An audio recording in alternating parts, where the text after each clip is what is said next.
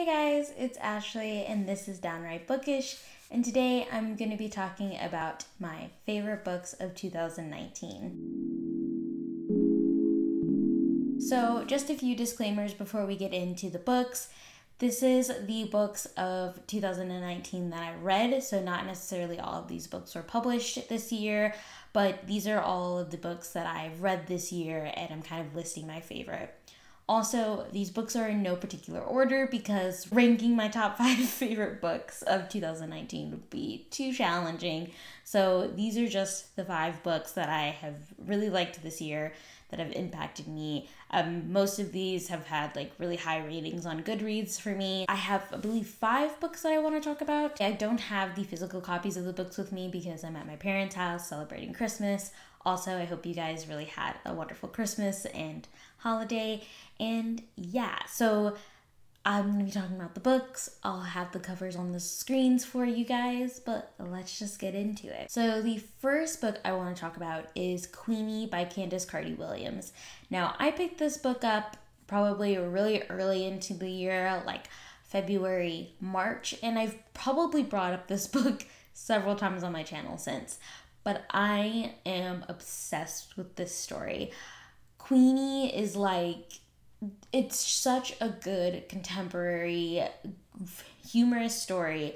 I do think it has some issues, but overall I think it's a really good story, and I have a full review of Queenie on my channel, so if you want to go more into like what I really liked about the book and a little more of like my criticisms for the book, I would definitely recommend checking out that video, so I'll put it down below and on the card in the top of the screen. What I really liked about Queenie is that we follow Queenie, who is a Jamaican British woman who's working as a writer, and she just broke up with her boyfriend, and it's kind of her navigating her relationships, kind of dipping into dating again. It's described as like the contemporary Bridget Jones' Diary. I do get that kind of comparison, but I think it's definitely much more than like a Bridget Jones' Diary.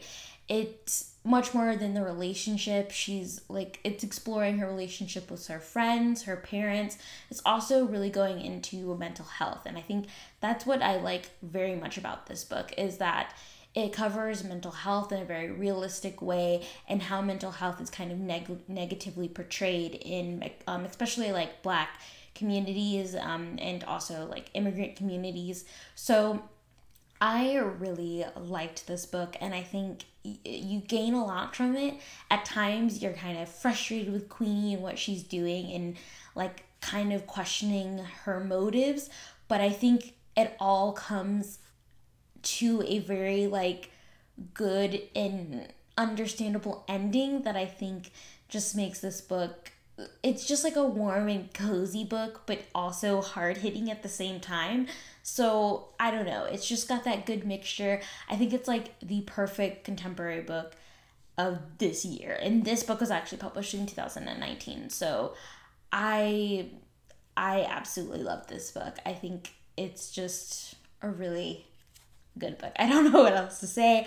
It's like on the same level to me as like The Mothers, which was one of my favorite books of 2018, and I talked about that book a lot. This book takes place in England, specifically in London, and The Mothers is California, so it portrays like a different environment and setting, but it's portraying Black people in a very contemporary way, which I really enjoy. And the next book I want to talk about, which is kind of part of like a series, but I want to talk about the Binti series by Nydia Okorafor. I binge read all 3 of the like novellas in that series, and I had read Binti earlier, like last year, didn't really enjoy it, but then I read the second 2 books this year along with the first book again, and just gained a new appreciation for the series. But today specifically I'm going to be talking about the second book in the series called Home, and that is my favorite book in the series, and I think Home really ties in a lot of what you're kind of looking for in the first book, brings in more of the setting and kind of describes her returning home. That's kind of like the plot of it. I don't want to give too much away because it'd be spoiling this first book, but it's such a good book, and I think it not only kind of satisfies what you were looking for in the first book, but also really sets up a good foundation for the third book. When it introduces a lot of new characters, a lot of new information in this book. I think it's really difficult to do a second book in a series, especially a trilogy, really well, because you can kind of get into a slump where you're kind of just setting the groundwork for the third book, and it can tend to be like boring or not really developing the characters well. But I think that second book really develops Binti's character in a way that just sets the foundation for the third book, and you're just like, oh, it's just magical. So I really highly recommend you check out the Binti trilogy in general. But if you've read the first book and kind of were disappointed or were wanting more from the series and the world, I would strongly encourage you to continue on with the series, because you definitely get more of that as you go forward in the series. And it's just, Nnedi Okorafor has probably been my favorite author of this year. I've read a lot of her work this year, and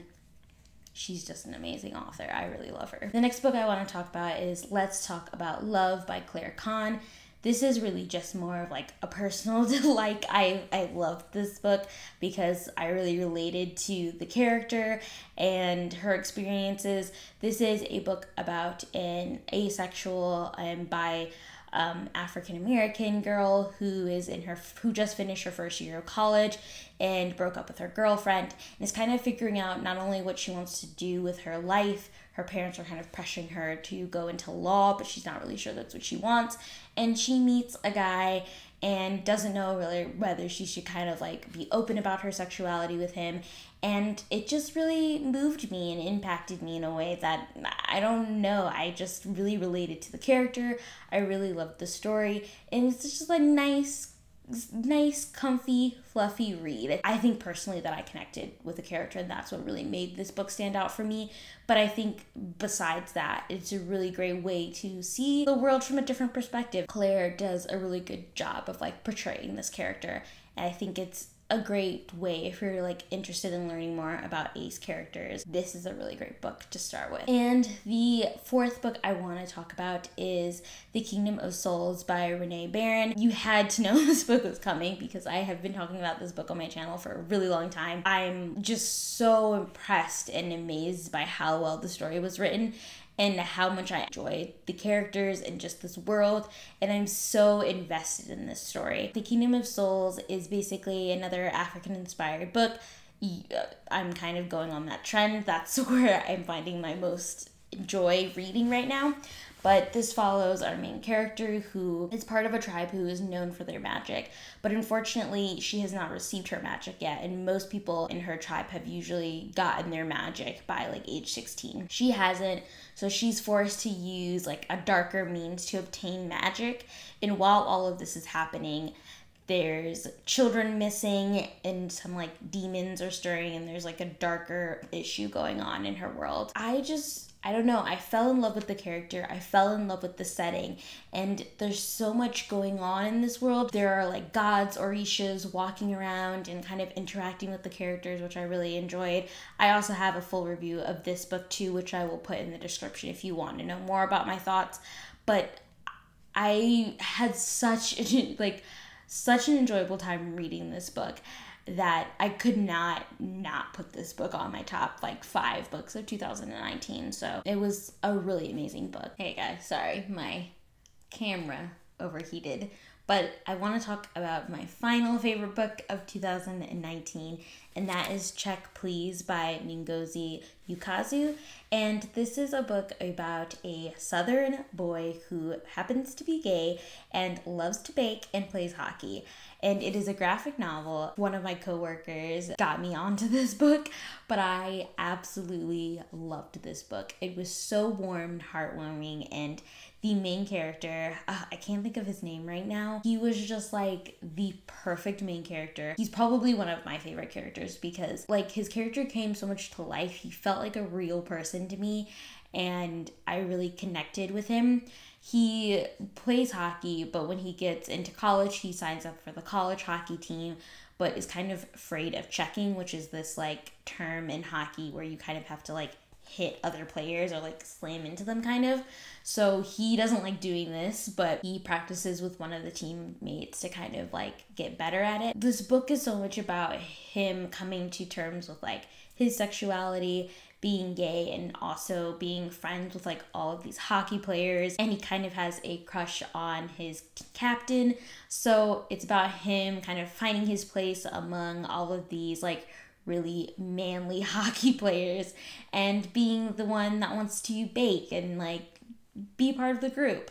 So this follows, I think, his first and second year in college, I believe, or his first and second semester in college. I can't remember exactly, but there's going to be a second volume that comes out very soon. I think in April 2020, it might be. If you are into graphic novels, you like funny, warm, kind of like lovey-dovey stuff, I definitely think you would like this book.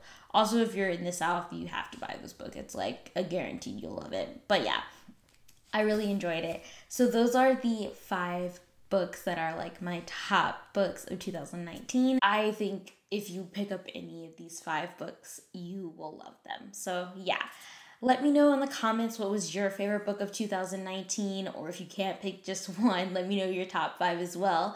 And yeah, I will see you guys in another video very soon. Thanks for watching. Bye.